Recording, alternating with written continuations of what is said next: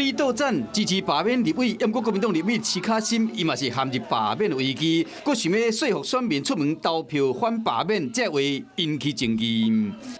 罢免国民党的所有委员里面的民进党100%会去投票，因为他们超爱投票，原因不明，但是就是邪教化，超爱投票。绿营的选民是把政治摆在第一位，可是蓝营的选民呢，我们是把工作家庭摆在第一顺位。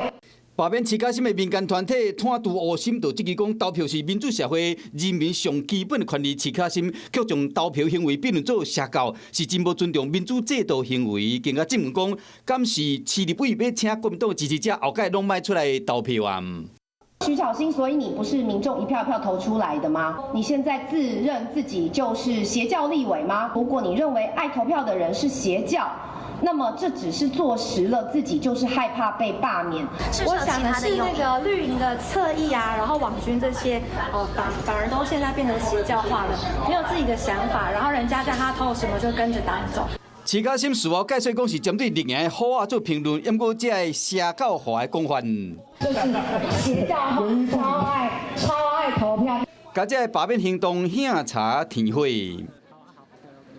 Hello， 我是张新文。想要抢先掌握最及时的新闻资讯吗？赶快订阅、按赞、开启小铃铛，锁定华视新闻 YouTube 频道。